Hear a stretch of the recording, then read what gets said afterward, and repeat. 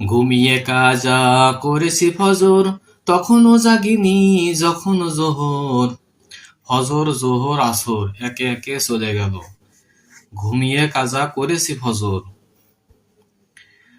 তখনও জাগিনি যখন জোহর। হেলাই ফেলাই কেটে গেল আসর,